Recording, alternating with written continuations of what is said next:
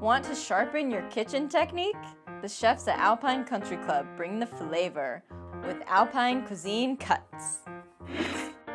Hey guys, here we are in Alpine's dining room. Today we're going to be meeting with Executive Chef Rick Allen. He's going to be showing us a few tips and pointers on what knives we should be using and how we should be using them and what knives he uses in our kitchen here today. If you guys want to follow me, we'll go check it out.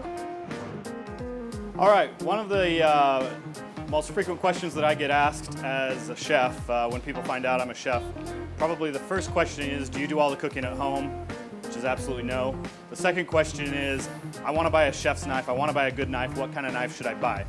Well, you're in luck because as you can see, we've got it covered here, and I'm going to go through a few things that you want to look for on a chef's knife, things that you want to keep in mind when you're probably buying a chef's knife, how much you want to invest in a chef's knife, and my personal preferences. So anyway, let's get into it.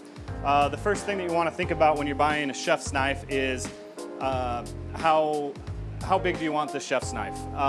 As you can see, we've got everything here from 6-inch chef's knives to 8 to 10 to 11 to 12, and that about covers it. There's not too many other sizes other than that.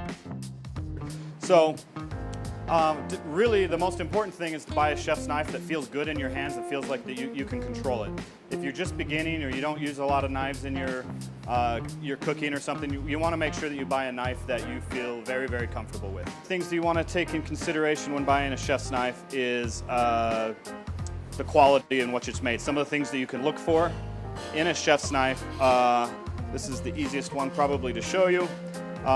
You want to make sure that it feels good, that it's nice and heavy, that it feels like it was made well. It doesn't feel like a Cutco knife. The things we're going to look for, we want a full tang on our chef's knife. That means that the steel or the blade and the handle has a piece of metal that runs all the way through or almost all the way through the knife. That's for balance. That's for making sure that your knife is balanced right there at the handle where you're going to be holding it. You want to make sure that the handle is nice and firmly, doesn't have any gaps, doesn't have any creases. It looks like it's nice, is well made. I like to buy a knife that has a nice wide blade. That helps you keep your fingers out of the way, helps you keep, when you're chopping and stuff, helps you, as you can tell, sometimes it gets a little close, but the wider the blade, the more control I think that you have. One thing that you want to do before and after use to keep your knife sharp so that you're not sharpening it all the time is to use a honer. And I got a fun little vintage like mid-century honer that I love. It's smooth like butter, but it does the job. When you're honing a knife, all you're doing, you're not sharpening the knife. This is not a knife sharpener. It's a knife keep sharpener. Does that make any sense? It's a honer. So you'll just run your knife on that honer. That gets off any nicks, burrs, anything that that's in the way of keeping your blade nice and sharp.